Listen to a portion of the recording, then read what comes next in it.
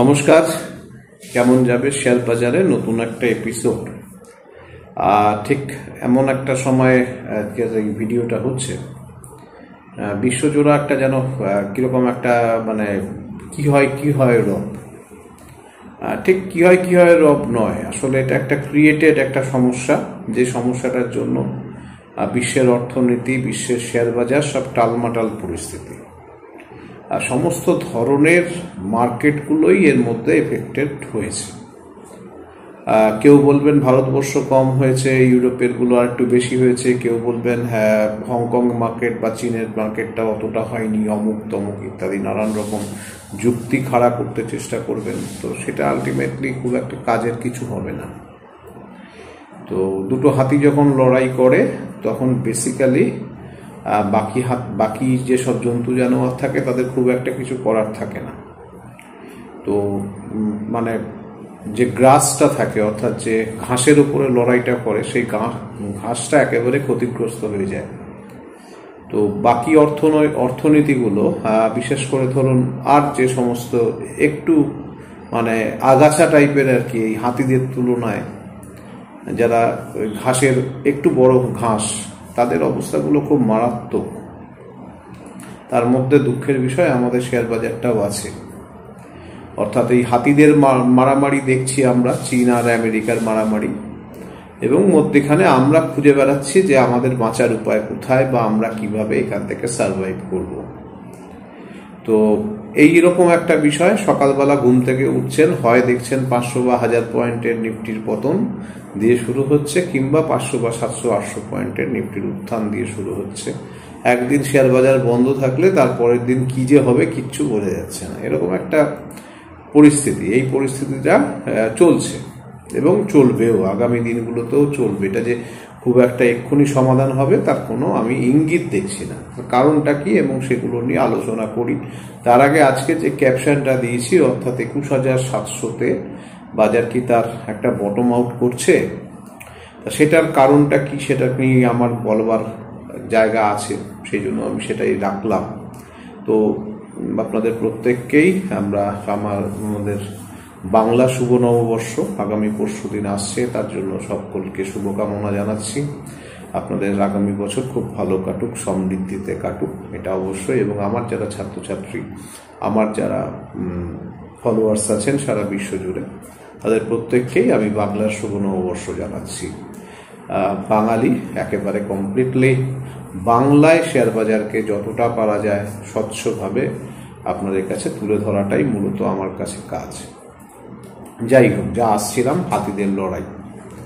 তো এখন কি হলো ব্যাপারটা হলো যে একটা ট্যারিফ ঘোষণা করলেন। আমাদের যেরকম 2 তারিখে করার কথা ছিল, 2রা এপ্রিল বেশ মহাসমারোহে ট্রাম্প সাহেব তার ট্যারিফ ঘোষণা করলেন এবং ইমিডিয়েটলি বাজার তার রিয়াকশন দিল। আমেরিকার মূল যে এখন লড়াইয়ের প্রতিপক্ষ চায়নার সাথে একটা হিউজ ট্যারিফ ইনক্রিজ, প্রায় 130% 135% ট্যারিফ ইনক্রিজ। এই ইনক্রিজটা কিন্তু একেবারে সরাসরি করলেন। আমরা ভেবেছিলাম 60-65% হয়তো ট্যারিফ আসবে, কিন্তু সেটা 130-র উপরে। তা আমরা সবাই চমকে গেলাম, এবং শুধু আমরা চমকালাম না, সারা বিশ্বজুড়ে সমস্ত শেয়ার বাজার চমকালো। এবং প্রত্যেকটা দেশের সঙ্গে রেসিপ্রোকাল ট্যারিফ, আমি যেটা আগের ইস্যুতে আলোচনা করেছিলাম, সেই রেসিপ্রোকাল ট্যারিফ নিয়ে কিন্তু মূলত পুরো বিষয়টা দাঁড়ালো। এখন তারপরে কি হলো? তারপরে হলো যেটা, যে ইউএস এর বন্ড মার্কেট এক লাফে দাম করে বেড়ে গেল, এবং এই বন্ড বাড়ার সঙ্গে সঙ্গেই ট্রাম্প অ্যাডমিনিস্ট্রেশন ভয় পেয়ে গেলেন। আমি ভয় পাওয়াই বলবো, কারণ এটা যে হবে না এটা তো সবাই আমরা জানতাম, তাই না? আমাদের মতো মানে অতি ক্ষুদ্র, অতি নগণ্য অ্যানালিস্টরাও যদি এটা ভাবতে পারেন যে বন্ড মার্কেটে বিরাট ধরনের একটা জাম্প আসবে, সেটা ট্রাম্প অ্যাডমিনিস্ট্রেশন বোঝেননি বা বুঝতে পারেননি, এটা কোনো মানে বক্তব্যই আসে না। তো কি হলো, সেটা সঙ্গে সঙ্গে বন্ড মার্কেটে একটা বিরাট বড় উত্থান দেখতে পাওয়া গেল। রাতারাতি সম্পূর্ণ ইউটার্নে এসে ট্রাম্প বললেন যে আপাতত 90 দিনের জন্য এটা স্থগিত থাকছে সকল দেশের জন্য, শুধুমাত্র যেটা চায়নার সাথে যেটা ঘোষণা আছে চায়নার সাথে সেটা থাকবে। চায়না ঠিক তার উল্টো কাজটা করলো, চায়নাও সরাসরি তাদের ট্যারিফটাও বাড়িয়ে দিল এবং যথারীতি যে ট্রেড ওয়ারটা, ট্যারিফের ওয়ারটা আমরা এক্সপেক্ট করেছিলাম, আমি কোনো একটা সময় নিশ্চয়ই আপনাদের কারেন্সি ওয়ার নিয়েও একটা ভিডিও করেছিলাম, একটু পুরনো ভিডিওগুলো দেখে নেবেন। তো সেই সমস্ত জায়গা থেকে প্রত্যেকটা সময় চায়নার সাথে আবার এই যুদ্ধ বিগ্রহটা লেগে গেল। এটা কিন্তু অর্থনৈতিক যুদ্ধ, কিন্তু সবচেয়ে মুশকিল হচ্ছে এই অর্থনৈতিক যুদ্ধ কিন্তু আমরা বিভিন্ন সময় ইতিহাসে দেখেছি, এই যুদ্ধগুলো কিন্তু একটা পরবর্তীকালে অবশ্যই কিন্তু একটা বিশ্বযুদ্ধে পরিণত হয় এবং তখন আর অর্থনীতির যুদ্ধ থাকে না, তখন যে যার লড়াইগুলো চলতে থাকে। এখন দেখুন, আমি কতগুলো বিষয় একটু আলোচনা করে নিই, তাহলে আপনাদের কাছে ক্লিয়ার হবে। এখন চায়নার এই যে বাড়ানো বা চায়নার সাথে আমেরিকার যুদ্ধে ক্ষতিটা কাদের হচ্ছে? মূলত ক্ষতি হচ্ছে কিন্তু অন্যান্য দেশগুলো, অর্থাৎ যে দেশগুলো আমেরিকার সাথে ভালো ব্যবসা বাণিজ্য করত, তারা একটু বেশি ট্যারিফে তাদের পক্ষে ব্যবসা বাণিজ্যের অবশ্যই একটা ঘাটতি দেখা যাবে। আমি বলেছিলাম বিশেষ করে ভারতবর্ষের অর্থনীতির যেটা মূল ভিত্তি কৃষি, তার উপর একটা বিরাট আঘাত আসছে।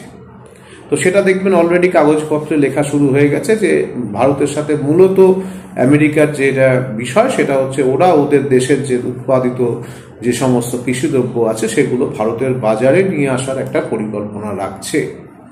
তো সেটার একটা বিষয় থাকছে এবং এরকমভাবে প্রত্যেকটা দেশ সেখানে কিন্তু ক্ষতিগ্রস্ত হচ্ছে।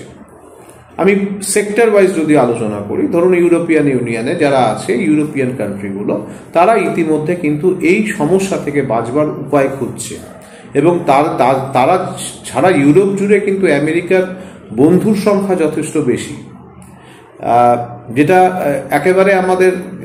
একেবারে সাউথ ইস্ট এশিয়া বা ইস্ট এশিয়াতে আমাদের আমেরিকার বন্ধুর সংখ্যা কিন্তু যথেষ্ট বেশি। জাপান, কোরিয়া, মালয়েশিয়া, এই সমস্ত দেশ ইতিমধ্যেই তারা কিন্তু নিজেদের মধ্যে কথাবার্তা, আলাপ আলোচনা ইত্যাদি চালানো শুরু করে দিয়েছে, অর্থাৎ কিভাবে তারা এই ট্যারিফের এই মহাযুদ্ধের মধ্যে থেকে নিজেরা নিষ্কৃতি পাবে। অর্থাৎ ওই যে বললাম হাতি হাতি লড়াই করছে, এবারে আশেপাশে যে সমস্ত ছোট ছোট জন্তু জানোয়ার আছে তারা এবার কি করে এই লড়াইয়ের মধ্যে থেকে কি করে কে কতটা বেনিফিট পাবে, কোন হাতি জিতলে পরে কার কতটা সুবিধে হবে, এই নিয়ে খুব দর কষাকষি সকলে মিলে শুরু করে দিয়েছে। তো এইরকম একটা পরিস্থিতিতে অবশ্যই তার এফেক্টটা কিন্তু শেয়ার বাজারে পড়ছে। এক একদিন নিক্কেই বলুন, এক একদিন হ্যাংস্যাং বলুন, এক একদিন ড্যাক্স বলুন, ফিটসি বলুন, প্রত্যেকটা শেয়ার বাজারের সূচক কিন্তু যখন যেভাবে যে সুবিধে পাচ্ছে সে একটু বাড়ছে, যখন যার উপরে কোপটা গিয়ে পড়ছে সে পড়ে যাচ্ছে দুরুম করে। তো এটা কার হাতে রইল? মানে এই যে লড়াই এবং লড়াইয়ের যে ফলাফল প্রতি মুহূর্তে চেঞ্জ হচ্ছে, প্রতি মুহূর্তে সিনারিও চেঞ্জ হচ্ছে, তার ফলাফলটা কার হাতে রইল? ইন্ডিয়া, বিশেষ করে ইন্ডিয়ার সাথে আমেরিকার এমন কিছু বন্ধুত্বের জায়গা নেই। অনেকে হয়তো ভাবেন যে ট্রাম্পের সাথে মোদির একটা অত্যন্ত ভালো বন্ধু আছে, কিন্তু মানে ট্রাম্পের যদি মূলত নীতিগুলো দেখেন, এরা কিন্তু তার যে অ্যালাইগুলো আছে, তার যে বন্ধুগুলো আছে, তাদের মধ্যে কিন্তু তাদের সাথে যে একটা অত্যন্ত সহানুভূতিশীল একটা কোনো ভাবনা নিয়ে যে তারা তাদের সঙ্গে ব্যবসা বাণিজ্য করবে, এরকম কোনো কিন্তু তাদের কাছে কোনো সেই রকম বার্তা নেই। তো ইন্ডিয়ার কাছেও কিন্তু সেরকম কোনো বার্তা ট্রাম্প অ্যাডমিনিস্ট্রেশন দেয়নি যে ভাই তোমার সাথে আমার কিন্তু সহযোগিতাপূর্ণ একটা মনোভাব নিয়ে চলবে, একটা রেসিপ্রোকাল ট্যারিফ তুমিও কমাও আমিও কমাচ্ছি, তুমিও বাড়াও আমিও বাড়াচ্ছি। তো ইন্ডিয়া এখন মহা মুশকিলে পড়েছে মূলত জায়গায়, যে বিভিন্ন ক্ষেত্রগুলো যেগুলোতে প্র্যাকটিক্যালি ইউএস ওরিয়েন্টেড এক্সপোর্ট হয়, তার মধ্যে অবশ্যই আপনারা জানেন আইটি, তার আপনারা জানেন ফার্মা, আপনারা এই সব বিষয়গুলো আছে, সেগুলোতে প্রচন্ড রকম একটা অস্থিরতা তৈরি হয়েছে। তো এখন এই যুদ্ধটা শেষ করবার দায়িত্ব কমপ্লিটলি কিন্তু আমেরিকার ওপরেই নির্ভর করছে। আমি তো বলবো চায়নার মধ্যখান থেকে একটা বিরাট লাভ হয়ে যাচ্ছে, কারণ এই অস্থির অর্থনীতির জনক বা ভাবনার জনকটা হচ্ছে কিন্তু আমেরিকা। কখনোই কিন্তু এখানে কিন্তু চায়না একটা তার বন্ধুত্বপূর্ণ একটা, যদি আমাদের সঙ্গে ইন্ডিয়ার সঙ্গে চায়নার কি রিলেশনশিপ আছে সেইটার দিকে না গিয়ে, চায়না যদি এই পুরো রিজিয়নটার মধ্যে যদি একটু বন্ধুত্বপূর্ণ মনোভাব নিয়ে যদি ব্যবসা বাণিজ্যের ক্ষেত্রে ট্যারিফগুলো যদি একটু রিডিউস করে দেয়, অলরেডি তারা রিডিউস করছে বিভিন্ন দেশের সাথে, তাহলে পরে চায়নার এখান থেকে কিন্তু ইউএসএর যে একার যে আধিপত্য, এই আধিপত্যটা কিন্তু ভয়ঙ্কর রকম প্রশ্নের মুখে কিন্তু চাইনিজরা ফেলতে চলেছে। তো এটা বলবে আগামী দিন কি হচ্ছে। তবে আমার মনে হচ্ছে ট্রাম্পের এই প্রথমে ট্যারিফ ঘোষণা করা, তারপরে ইউটার্নে চলে আসা, তারপর শুধু চায়নাকে টার্গেট করা, এগুলো করে চায়নার গুরুত্বটা কিন্তু এই উপমহাদেশ বলুন, এই মহাদেশ বলুন, এবং টোটাল ইউরোপ এবং এশিয়ার মহাদেশ বলুন, এই সমস্ত জায়গায় কিন্তু অত্যন্ত কিন্তু পজিটিভ জায়গায় কিন্তু চায়নাকে দিয়ে দিচ্ছে। তো আমাদের বিভিন্ন সেক্টরগুলোতে ভীষণ রকম সমস্যা ইতিমধ্যে তৈরি হচ্ছে বা হবে। আমরা যেগুলোতে বেসিক্যালি চায়নার সাথে আমরা ভাবছি যে চায়নাতে হয়তো ধরে নিন, আমরা একটা উদাহরণ দিয়েই বলি, যদি ধরুন আমরা ভাবছি যে অ্যাপেলের প্রোডাকশন সেন্টারটা চায়নার থেকে ইন্ডিয়াতে চলে আসলে ইন্ডিয়ার ব্যবসা বাণিজ্য বাড়বে, আমরা এরকম ধরনের ভাবনা কিন্তু অলরেডি ভাবছি যে সমস্তগুলো সেখান থেকে আউটসোর্সিং হতো সেটা যদি ইন্ডিয়া থেকে হয়, তাহলে ইন্ডিয়াতে যদি ম্যানুফ্যাকচারিং ইউনিটটা বসে তাহলে সেক্ষেত্রে ইন্ডিয়ার ব্যবসা বাণিজ্য বাড়বে বা ইন্ডিয়ার একটা পজিটিভ জায়গা তৈরি হবে। কিন্তু উল্টো দিকেও আবার আছে যে এই ব্যবসাটা মূলত যে আমেরিকা আমাদের সাথে দীর্ঘদিন ধরে করবে বা আমাদের সঙ্গে সেই ট্যারিফের জায়গাটা যে আমাদের সঙ্গে একটা সহানুভূতিশীল একটা বন্ধুত্বপূর্ণ ট্যারিফ যেটা এখন 10% সারা বিশ্ব জুড়ে রেখে দিয়েছে, তো সেটা যে ভবিষ্যতে বাড়াবে না তারই বা কি নিশ্চয়তা আছে? তখন সেক্ষেত্রে তো আরেক সমস্যা তৈরি হবে। যাই হোক, কি হয় দেখা যাক, এটা ছাড়া তো আর কিছু বলার এই মুহূর্তে নেই। আমরা শেয়ার বাজার নিয়েই পড়ি এবং শেয়ার বাজারের এই যে বটমটা হয়েছে, এই বটমটার কি গুরুত্ব আছে এটা নিয়ে আমরা আলোচনা করি। প্রথমত আসি এবারে হচ্ছে আমার যে আগামী যে ক্লাসটা শুরু হচ্ছে, আপনারা প্রত্যেকেই জানেন যে 27 এপ্রিল আমার যে ডেরিভেটিভের ক্লাসটা সেটা শুরু হচ্ছে। যারা এখানে এনলিস্টেড হয়েছেন, যারা ইতিমধ্যেই সমস্ত রকম যে যা করবার সেগুলো করা কমপ্লিট হয়েছে, তাদেরকে নিয়ে আমরা গ্রুপ রেডি করছি খুব তাড়াতাড়ি, এবং যথারীতি 27 তারিখের মধ্যে আমরা কিন্তু সমস্ত কিছু রেডি করে ক্লাস শুরু হয়ে যাবে। মার্চের টেকনিক্যাল ক্লাসটা আমরা শেষ করলাম, আজকেই শেষ করলাম, এবং মার্চের টেকনিক্যাল ক্লাসের পরে আবার নতুন করে একটা আমরা রিসার্চ অ্যানালিসিসের ব্যাচের অ্যানাউন্সমেন্ট করেছি, আর সেটা ইতিমধ্যেই ফেসবুকে অ্যানাউন্সমেন্ট হয়েছে। আমি এটা অফিসিয়ালি এখানে ইউটিউবের মাধ্যমে আপনাদের কাছে অ্যানাউন্সমেন্ট করে দিই। সেটা হচ্ছে জুলাই মাসের 6 তারিখ থেকে, জুলাই মাসে 6 জুলাই থেকে আমাদের আগামী রিসার্চ অ্যানালিসিস ক্লাসটা হচ্ছে। যারা যারা আমার কাছে, বহু মানুষ আমার কাছে ইচ্ছা প্রকাশ করেছিলেন যে নেক্সট ব্যাচে কত ক্লাস করবেন, আমি তাদেরকে পার্সোনালি তাদেরকে প্রত্যেককে SMS পাঠানোর কথা বলেছি। যারা পেলেন না তারা অবশ্যই কিন্তু এখান থেকে জানলেন, এবং আপনারা কিন্তু অবশ্যই ইতিমধ্যে যোগাযোগ করে আমার কিন্তু এনলিস্টমেন্টটা করে নিন বা রেজিস্ট্রেশনটা করে নিন। একটা জিনিস খেয়াল রাখবেন, আজকে সকালেই কথা হচ্ছিল ছাত্রদের সাথে, বেসিক জায়গাটা হচ্ছে যে শেয়ার বাজার সম্পর্কে ভীতিটা কাটানো। তো এই এত কিছুর মধ্যেও মূল বক্তব্যটা এলো, আমি দেখবেন লিখলাম 21,700 কি তাহলে বটম, সেটা কেন লিখলাম আমি এইভাবেই আজকে তাহলে আমি বিষয়টা শুরু করি নিফটি সম্পর্কে এবং ব্যাংক নিফটি সম্পর্কে আমার বক্তব্যগুলো। চলে আসি একেবারে 4 জুনের গল্পে। মার্কেট তখন লো করেছিল 21,243, 252 এরকম একটা কিছু। সেখান থেকে একটা মার্কেট কমপ্লিটলি বাউন্স করে 26,000-এর ওপরে গিয়ে সেখানে মার্কেট গেছে। মানে ওটা একটা বলতে পারেন টেম্পোরারি একটা হিউজ একটা ভালো বটম তৈরি হয়েছে, বটম আউট হয়েছে। সেরকম বটমটা কেন হলো এবং সেটা আমরা কি দেখে বুঝতে পারি? মূলত আমাদের একটা সম্পূর্ণ একটা খুব ইজি ইন্ডিকেটর আছে, যে ইন্ডিকেটরটা আমাদের অত্যন্ত একটা ইম্পর্টেন্ট ইন্ডিকেটর। ওই ইন্ডিকেটরকে পরবর্তীকালে আমরা বিভিন্ন তার মানে সেটাকে নিয়ে অনেক রকমের ইন্ডিকেটর বানাই। আমি সেই সমস্ত ইন্ডিকেটর নিয়ে শুধু আপনাদের ভারাক্রান্ত করব না, কিন্তু নর্মালি আমরা একটা রেঞ্জ ইন্ডিকেটর বা একটা এটিআর মাপি। এটা অ্যাভারেজ ট্রু রেঞ্জ বলে।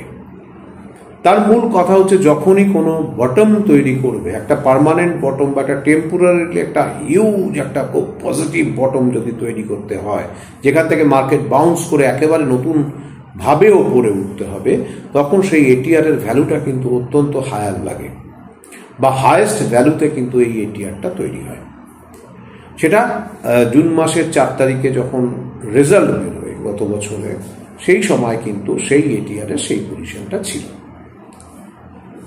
এইবারে অর্থাৎ এই যে লাস্ট আমরা বটম যেটা দেখলাম, এইখানেও কিন্তু একটু হায়াস্ট এটিআর দিয়ে কিন্তু আমরা এই বটমটা পেয়েছি। সেই বটমটা কিন্তু হচ্ছে এই যে 21,700 লেভেলে, অর্থাৎ 21,700 বোধহয় 42 জাতীয় কিছু আমাদের কাছে এই বটমটা কিন্তু একটা খুব ইম্পর্টেন্ট বটম হিসাবে তৈরি হলো। এই বটমটা কিন্তু আপাতত আমার মনে হচ্ছে একটু শর্টার পিরিয়ডের মধ্যে ভেঙে যাওয়ার কোনো সম্ভাবনা নেই। আবারও হয়তো এরকম আরেকটা বড় রেঞ্জের হয়তো একটা এটিআর নিয়ে কিন্তু সেই বটম আরেকটা নতুন বটম তৈরি হতেই পারে, সেই প্রবাবিলিটি যে একদম নেই তা নয়, কিন্তু আপাতত আমার মনে হচ্ছে বাজার কিন্তু একটা মোটামুটি বটম আউট হয়ে যাওয়ার সম্ভাবনা তৈরি করেছে। এখন এই বটমটা আদৌ ঠিক আছে কিনা, এই বটমটার ভাঙবে কিনা, এটা কি করে বুঝবো? তাহলে এবারে আমরা চলে আসি হচ্ছে রিট্রেসমেন্টের লেভেলগুলোতে, যে আমরা কোন রিট্রেসমেন্টের লেভেলটাকে বেস করে আমরা এই ভাবনাটা ভাববো। আমি আপনাদের আগেও বলেছি অলরেডি বাজার একেবারে পারফেক্টলি সেই জায়গা থেকে ঘুরে এসছে যে 23,800 উপরে না গেলে আমরা কখনোই মার্কেট যে পজিটিভ হয়েছে সেটা আমরা বলবো না। পারফেক্ট পয়েন্টটা হচ্ছে 23,769। এটার উপরে যদি বাজার বন্ধ করে তাহলে অবশ্যই সেক্ষেত্রে কিন্তু একটা মুভমেন্টটা যে পজিটিভ হলো, অর্থাৎ এবারে কিন্তু সে আবার হয়তো একটু নতুন হাইয়ের দিকে যাওয়ার সম্ভাবনা তৈরি করবে, সেটা কিন্তু আমরা বলতে পারবো। এটা হচ্ছে 1 নম্বর কথা। এখন আছে কোথায়? এখন আছে 23,000-এর গায়ে, 22,000 ইনফ্যাক্ট হচ্ছে 22,800 সামথিং এ রয়েছে। ইমিডিয়েট যেটা আছে সেটা হচ্ছে 22,822, 22,822-এর উপরে নিফটিকে চলতে হবে। পরের যে সাপোর্ট, যে রেজিস্ট্যান্স জোনটা আছে সেটা হচ্ছে 23,480, তারপরে আছে 24,012। এই সবগুলোই কিন্তু আমাদের এই যে বটম যেটা পেয়েছি সেই বটম থেকে ক্যালকুলেশন করে এলো। আর যদি আগের টপটা থেকে, যেখান থেকে রিট্রেসমেন্ট হয়ে নিচ অব্দি এলো, সেইখান থেকে যদি রিট্রেসমেন্টটা ভাবা যায় তাহলে পরে 3-4টে লেভেল একটুখানি আপনাদের খেয়াল রাখতে হবে। 1 নম্বর হচ্ছে 22,329-এর তলায় যেন না চলে, 22,329-এর তলায় যেন না চলে। আপাতত রেজিস্ট্যান্স আছে 23,185, তারপরে যেটা বললাম অর্থাৎ 23,769 এবং 23,769 ভাঙলে পরে 24,383, এইটাকে ক্রস করলে বাজার কিন্তু আপাতভাবে শঙ্কা, মানে যে শঙ্কা ছিল, আশঙ্কা ছিল, সেখান থেকে কিন্তু শঙ্কামুক্ত হলো, যেটুকু বলা যাবে। তার মানে এই লেভেলগুলোর উপরে বেস করে কিন্তু এখন আপনারা আপনাদের ট্রেডগুলোকে ইনিশিয়েট করবেন। মজা হচ্ছে এই যে লেভেলগুলো আসছে কিভাবে, অর্থাৎ পারফেক্টলি 23,799 থেকেই বাজারকে ঘুরিয়ে নিয়ে আসা গেছে। নিচের দিকে এখন যে লেভেলটা তৈরি হচ্ছে সেটাও একটা টেকনিক্যাল লেভেল, বললাম যে সেই জায়গাটা থেকে যে বাউন্সটা হয়েছে, এই বাউন্সটা খুব ভালো বাউন্স হয়েছে এবং এই বাউন্সটাকে কিন্তু আপাতত আমরা ধরে কাজ করতে পারি। ইমিডিয়েটলি যে লেভেলগুলো বললাম সেই লেভেলগুলো প্রত্যেকটা, এগুলো সমস্তই আসছে কিন্তু বিভিন্ন ধরনের রিট্রেসমেন্ট লেভেল ক্যালকুলেশন করে। সেগুলোর জন্য ফিবোনাচি রিট্রেসমেন্ট আসে, সেগুলোর জন্য ইলিয়ট ওয়েভের চার্ট আসে, সেগুলোর জন্য কিন্তু গান অ্যাঙ্গেলসেরও গল্প থাকে। অর্থাৎ এই সমস্ত ফোরকাস্টিং যে এপিসোডগুলো থাকে এইগুলোর উপরে বেস করে কিন্তু আপনারা এই লেভেলগুলোকে পেতে পারেন এবং প্রত্যেকটা লেভেল কিন্তু অবশ্যম্ভাবীভাবে প্রচন্ড ভালোভাবে কাজ করে। ব্যাংক নিফটির ক্ষেত্রে ইমিডিয়েটলি যেটা আছে সেটা হচ্ছে 51,011-এর উপরে। 51,011-তে ব্যাংক নিফটি একটা অসাধারণ একটা সাপোর্ট বা রেজিস্ট্যান্স জোন, যেটা কি একেবারে গায়ে গায়ে আছে। 51,011-এর উপরে ব্যাংক নিফটিকে অবশ্যই চলতে হবে। তাহলে পরে আপাতত রেজিস্ট্যান্স হচ্ছে 51,241 এবং 52,479। নিচের দিকে যদি নামে তাহলে 50,240 যদি ভেঙে যায় ব্যাংক নিফটির কিন্তু একটা বড় পতন থাকবে 49,229 এবং 47,815 অব্দি। ব্যাংক নিফটিতে কিন্তু অতটা ভালনারেবল অবস্থা কিন্তু নিফটির মতো নয়, অর্থাৎ ব্যাংক নিফটি কিন্তু বেশ সুন্দরভাবে একটা সাপোর্টিং জোন তৈরি করতে করতে চলছে, বা উপরে উঠলে রেজিস্ট্যান্সে গিয়েও কিন্তু মানে এতটা ভালনারেবল নয়। অর্থাৎ যেটা নিফটিতে আপনারা দেখতে পাচ্ছেন 1000 পয়েন্ট, 800 পয়েন্ট, 400 পয়েন্ট, 300 পয়েন্ট, এরকম এত মারাত্মকভাবে কিন্তু ব্যাংক নিফটির নড়াচড়া দেখতে পাওয়া যাবে না। নিফটিতে কিন্তু এখনো পর্যন্ত ভোলাটিলিটি যথেষ্ট হাই, যে কোনো সময় কিন্তু ভোলাটিলিটি ড্রপ করে দেবে। যে মুহূর্তে নিফটি বুঝে যাবে যে তার তলায় যে সাপোর্টটার কথা বললাম সেই সাপোর্টটা একটা ভাইটাল সাপোর্ট হিসাবে কাজ করছে, তখনই দেখবেন নিফটি কিন্তু কনসলিডেট করার চেষ্টা করবে। নিফটি যদি কনসলিডেট করার চেষ্টা করে, ডেরিভেটিভের যারা ট্রেড করেন তাদের পক্ষে অত্যন্ত সুবিধাজনক একটা জায়গা তৈরি হবে এবং ওপর নিচে এত হাই ভোলাটিলিটির নিফটিতে অবশ্যই প্রিমিয়াম ভ্যালু অনেক বেশি পাবেন এবং সেখানে কিন্তু বিভিন্ন ধরনের যে স্ট্র্যাটেজিগুলো আছে, short condor, short iron condor, short iron condor, short iron fly, এইসব ধরনের স্ট্র্যাটেজিগুলোকেই বারবার ইউজ করে কিন্তু প্রফিট করবার একটা অসাধারণ জায়গা তৈরি হবে। তো মূলত তাহলে বিষয় হলো নিফটি এবং ব্যাংক নিফটি দুটো ক্ষেত্রেই কিন্তু আমি নিফটির আপাতত যে বেসটা পেলাম সেই বেস থেকে আমি প্রত্যেকটা লেভেল আপনাদের সামনে তুলে ধরলাম, ব্যাংক নিফটির ক্ষেত্রেও কিন্তু সেইটা তুলে ধরলাম। যারা এমনি ক্যাশ মার্কেটে কাজ করেন, যারা নর্মাল সুইং ট্রেডিং এর কাজ করেন, তারা আমার এই চ্যানেলটা সাবস্ক্রাইব করেছেন, সেই তার একটা স্ক্রিনশট তুলে আমাকে পাঠিয়ে দেবেন, তাহলেই তার সম্পর্কে একটা জানতে পারবেন। একটা সারা বছরের জন্য একটা সার্ভিস আছে, এই সার্ভিসে আপনারা 4টে করে কল আপনারা রেগুলার বেসিস পাবেন এবং এটা সোম আর বৃহস্পতিবার মূলত দেওয়া হয়। তার সঙ্গে 2টো ভিডিও থাকে, মার্কেট সম্পর্কে আমার কি অ্যানালিসিস, এগুলো সমস্ত কিছু কিন্তু সেখানে আপনারা রেগুলার বেসিস পান। বহু মানুষ এতে আছেন, দীর্ঘদিন ধরে চলছে, তো কাজেই এটা একদম নতুন কিছু নয়। এটা একটা বলতে পারেন একটা ক্লাবের মতো, সকলে আমরা এর মধ্যে থাকলে একটা মোটামুটি বাজার সম্পর্কে আইডিয়া এবং 4টে করে প্রতি সপ্তাহে সুইং ট্রেডিং এর আমরা রেকমেন্ডেশন দিতে পারি। আর হচ্ছে ডেরিভেটিভ ক্লাব। ডেরিভেটিভ ক্লাবটা অবশ্যই একটা অত্যন্ত ইম্পর্টেন্ট ফ্যাক্টর। যারা আছেন তারা জানেন প্রতি মুহূর্তে বাজারের এই যে ওঠা নামা, কোথায় সাপোর্ট পাবে, কোনখান থেকে ঘোরাবে, কোথায় আপনার ওপেন ইন্টারেস্ট বিল্ড আপ হচ্ছে, কিভাবে বিল্ড আপ হচ্ছে, কোথায় গ্রিক্সগুলো কিভাবে কাজ করছে, ইমপ্লয়েড ভোলাটিলিটি কতটা ফ্যাক্টর হচ্ছে, কখন আপনার কি স্ট্র্যাটেজি নেওয়া যেতে পারে, সেই স্ট্র্যাটেজিতে যদি কোথাও আটকে যান সেটা কি করে কারেকশন করা যেতে পারে, এই সমস্ত বিষয় নিয়েই কিন্তু ডেরিভেটিভ ক্লাবে থাকে। 2টো দিন আমি সেশনটা করি, একটা হচ্ছে বুধবার দিন রাত্রিবেলা, একটা শনিবার দিন রাত্রিবেলা। এই 2টো সেশনে আপনারা যারা বিশেষ করে আমার ছাত্রছাত্রী আছেন অনেকেই এর মধ্যে ইনভলভ হয়ে রয়েছেন, প্লাস যারা আপনারা ডেরিভেটিভে কাজ করেন তারা এই ডেরিভেটিভ ক্লাবের মেম্বারশিপটা থাকলে পরে এই রেগুলার সেশনগুলো পাবেন। 2টো করে 4টে রেকমেন্ডেশন থাকে, সারা সব মাসের জন্য 1টা বা 2টো বা 3টে স্ট্র্যাটেজি দেওয়া থাকে, সেই সমস্ত স্ট্র্যাটেজিগুলোকে ফলো আপ করা থাকে ইত্যাদি। এরকমভাবেই কিন্তু ডেরিভেটিভ ক্লাবটা চলছে। যারা ডেরিভেটিভ ক্লাবে আগ্রহী আছেন তারা কি তার প্রসেস, তার কি ফিজ আছে, সেগুলো সম্পর্কে জানার জন্য আমাকে একটা হোয়াটসঅ্যাপ করতে পারেন। এছাড়া Nifty option, stock Nifty option, bank Nifty option,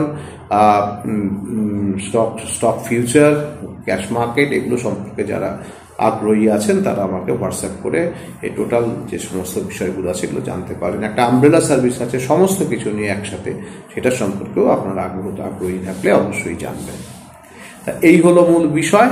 তাহলে বাজারের সমস্ত বিষয়গুলো নিয়ে আলোচনা তো হলো, এবার যেটা পড়ে থাকছে সেটা হচ্ছে আমার পোর্টফোলিও। আমার পোর্টফোলিওতে আজকে আমি 3টে স্টক নিয়েছি, 3টে একটু অফবিট স্টক। একটা হচ্ছে সুভেন ফার্মা, এই স্টকটা আমার ভাল লাগছে। এলগি ইকুইপমেন্ট আমার ভাল লাগছে, আর চালেট হোটেলস এটা আমার ভাল লাগছে। আমার পোর্টফোলিওতে আমি আমার মতো করে কোন জায়গাটায় আমি এই স্টকটাকে নেব, কোথায় আমি আমার টার্গেট নেব, কোথায় স্টপ লস থাকবো, সম্পূর্ণটাই আমি আমার মতো করে অ্যানালিসিস করে আমি আমার মতো কাজ করব। তবে এটা আমার পোর্টফোলিওতে অল্প শর্ট টার্মের জন্য, খুব বেশি হলে 3-4 দিন, 5 দিন, 6 দিনের জন্য এই মুভমেন্টগুলো আমি এক্সপেক্ট করছি। তাহলে আজকে এটুকু থাকলো। সকলকে অবশ্যই শুভ নববর্ষের প্রীতি, ভালোবাসা, আগাম ভালোবাসা, শ্রদ্ধা এই জানিয়ে সকলে ভালো থাকবেন, খুব সুন্দরভাবে আগামী বছরটা কাটুক এই আশা নিয়ে আজকের অনুষ্ঠান শেষ করছি। নমস্কার।